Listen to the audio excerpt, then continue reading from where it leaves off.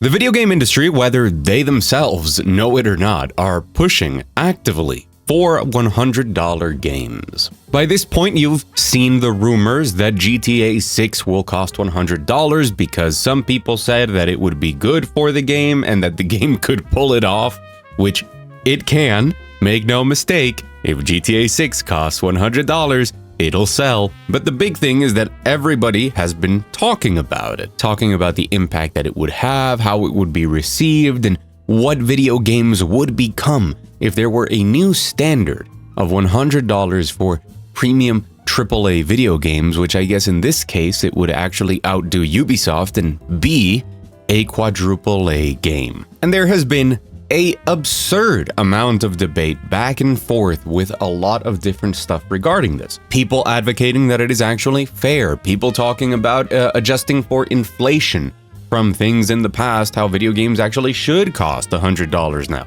It always goes into the territory of the overall health of the industry. People pretty rightfully claiming that if every video game started releasing at $100, the industry would collapse. People saying that that's not necessary, that only some games can cost $100 while very conveniently ignoring the problems with a system like that. And of course, the most important part of this entire conversation is that we've been having it for so long that when just a couple of days ago, a Swiss retailer put up the pre-order for GTA 6, which by the way, they've kind of leaked pre-orders and release dates and stuff like that for video games in the past, which gives them just a little bit of credence. They put it up for the equivalent of $100 in Swiss francs, or as Destructoid decided to say, it'll cost you $112 because I guess that whoever wrote this article doesn't understand how cost of living and taxes change from country to country. So no, it'd be $100 plus tax. But the thing is that when something like that pops up, we are already conditioned. We've been talking about $100 for GTA 6 for so long that now people aren't going to be surprised if GTA 6 costs $100. And you know who's going to be really happy about that fact? Yeah, Take-Two and Rockstar. It's gotten to such an absurd point that we have a person like XQC and the influence that he has, especially on younger generations, defending the move to $100 and saying that gamers are hypocrites because they will happily spend much more in other games that are free to play on skins and stuff like that, which is not only a broad generalization and just a not a very smart argument to put out into the world, but it does fall in line with, I'm sorry to inform you guys, I know this because I'm young as well. I'm young, that a lot of the younger generation that is now buying a lot of video games doesn't look at $100 for GTA 6 as the downfall of the pricing structure of the entire industry, but instead they look at it as just, well, okay, it's GTA 6, I'll pay $100, who cares about the consequences? Oh, and if you don't have enough money to buy GTA 6, well, if you're a broke boy, just say so. What, you can't afford GTA 6? Just sell one of your watches. What's up, tourbillon? Sorry. So what is all of this? How is it affecting us? And what are the ways that it's going to shake out? Well, I'm here to talk about all of that. Hi, I'm Mug. If you're new here, welcome. If you're not new here, welcome back. It's really good to see you. You're looking great. If at any point you enjoy this video, you think it's interesting, level-headed, and most important, informative, I'll try and make it entertaining, but there's only so far we can go with a bunch of numbers. Hit the like button.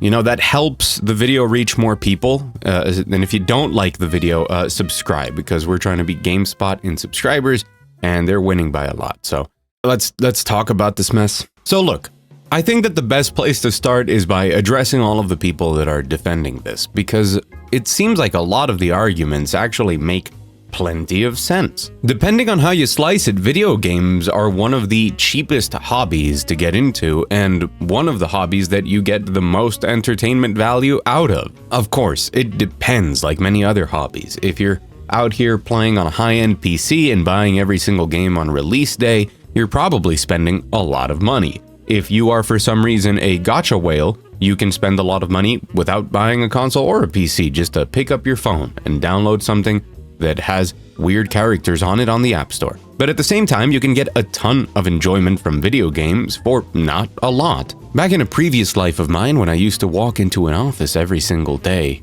and just not want to do that, but I did. I was regularly known around the office as the video game guy, the guy who knew about video games the most, and I would get a lot of people asking me about video games. A lot of them asking about buying games for their kids and stuff like that, without breaking the bank and the careful budgets that we have to administrate today. And here's the truth. I recommended some of those parents buy an Xbox Series S and just get a subscription to Game Pass, because that is an incredibly cheap option. You could get an Xbox Series S on sale very often, and you could get Game Pass for cheap as well, and then hey, you just put the box in the middle of the living room and you put 2 controllers for the kids and you let them explore Game Pass. And spending very little money, those kids got to have a ton of fun and get into video games. In that very same office, there was a dude that was obsessed with flight sims. And yeah, their setup was like, I don't even feel confident like putting a price on it, but it was ridiculous. He would show us videos of that thing. That was, many thousands of dollars. And that's what he did. He went home and he sat in his flight sim. And when you look at a hobby that has this extreme variance in the prices and how much you can spend and get out of it for that money, well, it's very easy to argue that it's too cheap. You cannot own anything regarding video games, go out there, spend $300 and have thousands of hours worth of entertainment, which compared to a lot of other hobbies is, really, really good. That's where a lot of things like this Screen Rant article come in of, if you're outraged by GTA 6's rumored $100 price, you might want to check the cost of GTA on PS1 when adjusted for inflation. Oh, ooh. The $47.99 price of AAA titles in 1997 is equivalent to $95.82 today. So really, guys, if you think about it, GTA 6 is going to cost the same as GTA. That's how numbers work. I think this article is pretty infamous at this point. It's a reader feature from Metro. So a lot of people attacked Metro for this, which, they know what they were doing. They put up a featured readers article with like the most provocative headline that they could find. A $100 price rise for video games is good for everyone. And if you just read like a couple of lines later, it could be good for gaming if it ends the need for live service games and microtransactions. So they should really rename this article to a $100 price rise for video games could be good for everyone if you live in the land of lollipops, where the companies that want to make money suddenly don't want that anymore. But this type of sentiment has been echoed like this other Screen Rant article. Will GTA 6 really cost $100? Why you shouldn't worry just yet, and they really quickly go into. That said, it's hard to argue with Ball, that is the guy, the analyst who posited this, with Ball's assertion that a higher price tag for GTA 6 would be a positive development from the standpoint of game companies. Raising the price of base games to reflect the rising cost of production seems like the natural move to make, and if it could stop developers from having to gamble on things like DLC or microtransactions to turn a profit. So, should players be worried about GTA 6 costing $100? Yes, the answer is yes. The answer is yes. You knew that already. You should be worried. Because again, these are people that live in some twisted reality where because games cost $100, they won't have DLC or microtransaction. It's just like one of the articles with the worst takes of all time. Like it could actually backfire. Maybe the game doesn't sell. Yeah, maybe GTA 6 doesn't sell, guys. We also have some more logical takes like this one from The Gamer. $100 price tag would work for GTA 6 and absolutely nothing else. And it delves into some of the same topics about how video games are relatively a very good price for value investment when it comes to a hobby. And the typical comparisons come up of, hey, if you go to the movie theater, you're paying like 10 to 20 bucks and you're only getting like an hour and a half or 2 hours of entertainment. But it does make the very smart point that just because Rockstar can charge $100 for GTA 6 doesn't mean that the next Last of Us can charge $100, or that Fable is gonna cost $100 next year. Doom, The Dark Ages, $100. No, that's not how things work. And then we have the article that I'm going to slyly use in order to segue into the more important conversation here. Kotaku's "Could pricing Grand Theft Auto 6 at $100 help save the game industry?" And there is a lot of flip-flopping between different opinions, and then, of course, like any person who understands that their thoughts are not as cogent as others, just goes on to finish the entire article by quoting Michael Dowse, the head of publishing over at Larian Studios, talking about price anchoring and inflated values. So here's a couple of very important things about the reality of video games today. The first one is that if GTA 6 cost $100, it would still sell like hotcakes. It would also have a tremendous impact on the industry, one way or another. We would see other publishers try and imitate that for the larger games out there, including stuff like Call of Duty or EAFC, because that sells a lot for some reason. And undoubtedly, other big games would also try at it or start to experiment with the $80 and $90 price tag. They believe that they offer enough value and that they put in so much money into these games that they can charge more for it, and that would completely change the overall landscape of video games. We're already in a very strange spot where we have all of these different pricing tiers, from $10 and $5 for small indie projects, $20 for a lot of the more complete indie projects, $50 for like what's budget AAA, and then we have $60 from people who give a shit like Warhorse and Kingdom Come Deliverance 2, $70 as the new standard, and then we would have $80 for like AAA plus, $100 for the best games. It comes with a ton of problems of just looking at all of these different prices, and especially with the idea that now any game that costs $70 instead of $100 is a lesser game. And it completely screws up so much of everything from the perspective of the customer. One of the benefits of standardized pricing is that when every single game costs $70, or when they all compete at similar price points with similar development budgets in the case of those lower priced games, they're all competing against each other directly. You have $70 in your pocket, all of these games cost $70, which one is the best?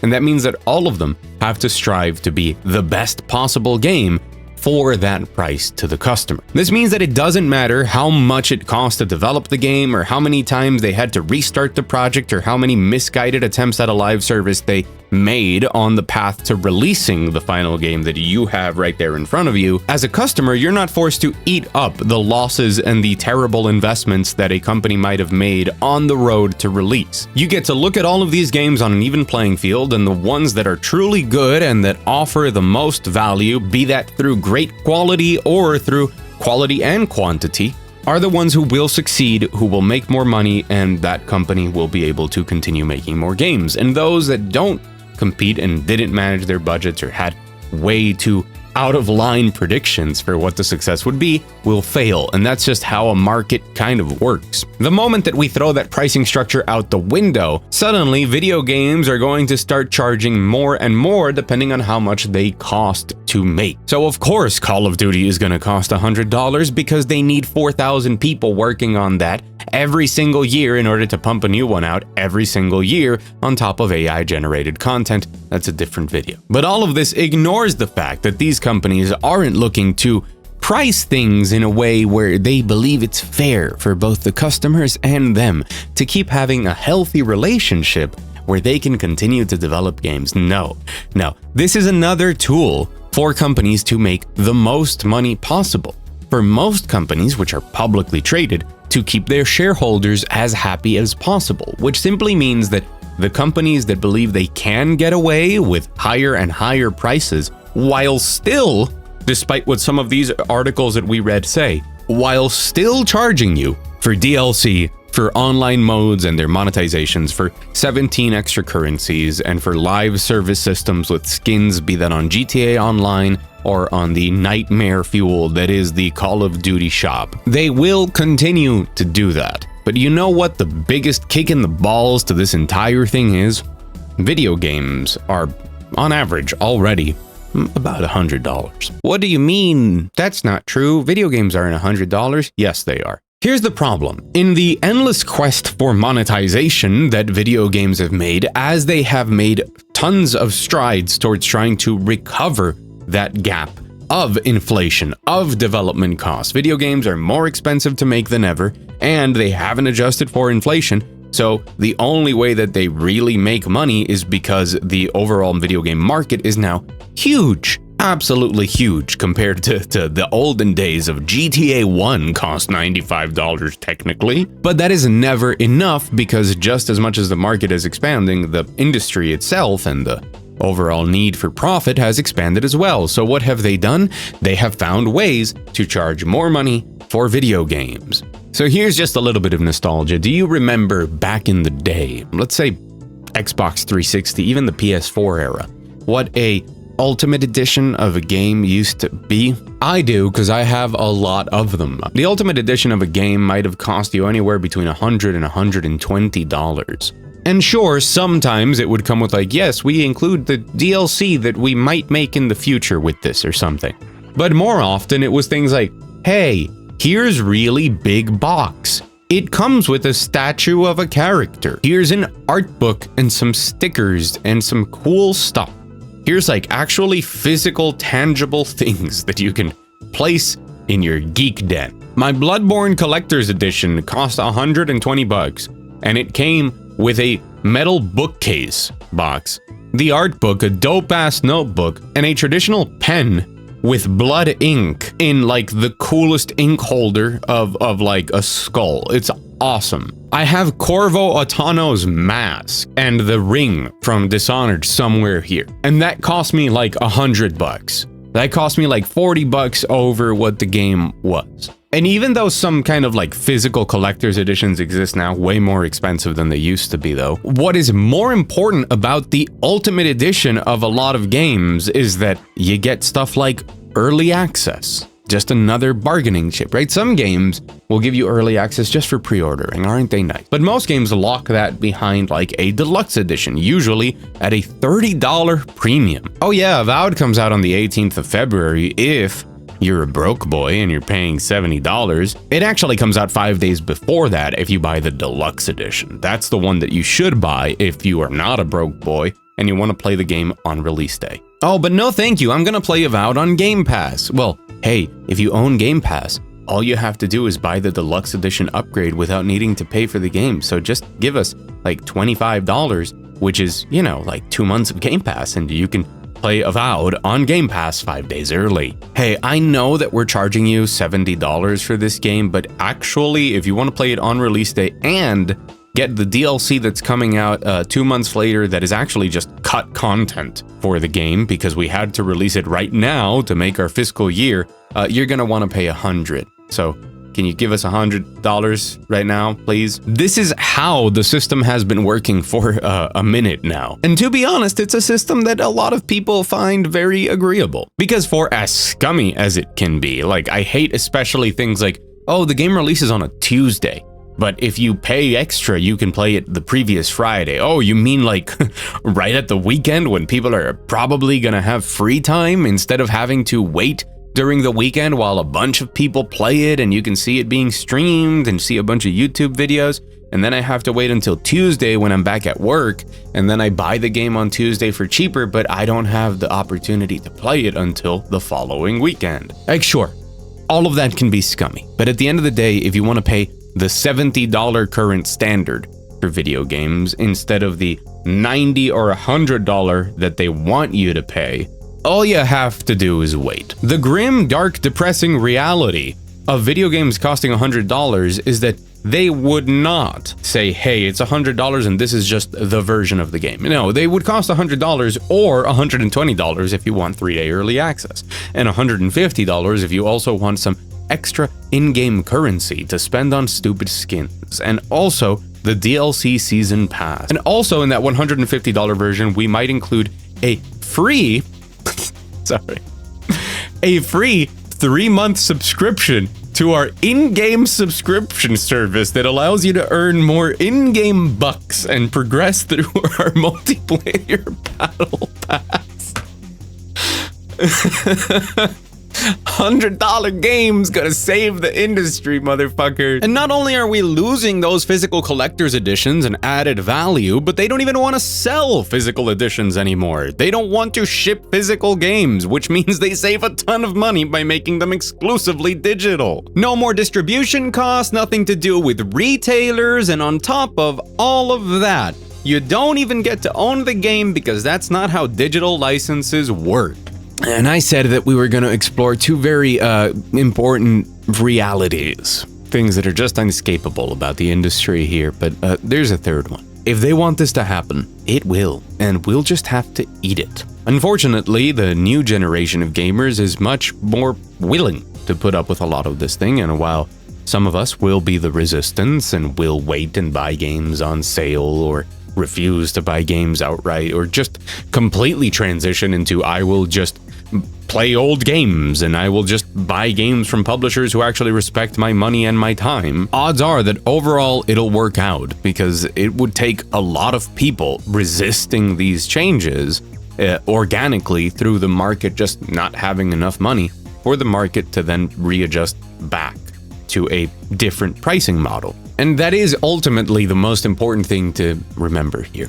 The market does move in terms of what consumers buy. If at the end of the day, these sorts of things happen, but the most successful games are the ones that really compete. So they are actually better games that respect customers' time, that respect us as customers and offer us those experiences for $60 or $70 or $50 even instead of $100. And those are the games that sell tremendously well. Trends start to form, and then we head back in that direction, and maybe all of these desperate, horrible things coexist, and it's just GTA 6 that's an outlier. Or maybe GTA 6 won't cost $100 because Rockstar and Take-Two don't need it to cost $100 to make their money back, because they know that GTA 6 Online is gonna make so much money. It is really, in the case of GTA 6, as the flag bearer, as the standard setter for the future, to decide just how much greed they want. They know that they can probably get away with it. So if they want that extra cash, they'll do it. But if it's good enough for them to just get, you know, probably the best-selling video game of all time at the standard $70 price point, and then have every child in the world for some reason addicted to shark cards or whatever they're called. But the impact of $100 is really big on everything, on development costs, on budgets, on the market, on positioning, on how value and price anchoring works, on the different systems that they have already used over and over again in ways to try and convince us that things are worth it through subscription services, through early access, through DLCs, through season passes, through some of the worst stuff that you can find in video games. I'm not here to bum you out, so remember that for every talk like this, there's a split fiction that comes out that says, hey, we're $50 and that's it. So listen, we don't know if this is going to happen, but if it does, it's not a small thing. It's not some dumb change. It's not just good for the industry. It's complicated and overall pretty damn bad for both the industry and the customer. And the worst part about the entire thing is that all of these people who are talking about it, ironically enough, including myself right now, what we are doing is rolling out the carpet for it to be viable, for it to be something that doesn't surprise anybody because we are already conditioned to it. We are now prepared. We've talked about it. We've seen it. We've imagined it over and over again. We've gotten used to the idea, we've accepted it, and we have come to the conclusion that we are willing to do it for GTA 6. And that is how these ideas begin. That is how this becomes normalized. You need something as big as GTA 6 to force it upon us, and then we will just have to deal with the consequences. And it's not a fun time to be thinking about it because we really have no power except to go along for the ride, and if it happens, we'll just have to react accordingly and be all the harsher when we judge games and what they present as value, as well as having a bigger excuse to just berate every single game that tries to charge $100 and also all of the other bullshit. And hopefully it's that sort of pushback that gets us to an agreeable situation, I hope. So that's the optimist in me. For more on like good and fun news and great video games, please subscribe. But also, I guess from time to time, we do have to steep into the depressing side of the industry, and here we are, I guess. What matters here is that thank you for watching through this entire video, and I hope, I truly do, that it has been informative and entertaining in the perspective of where the industry is, why they might want to head in this direction, and how it could impact us. A very special thanks to the members of the $1 patron wall up here that support what I do every single day. I've been Mug. Go out there, enjoy some great video games, and I will see you again very soon.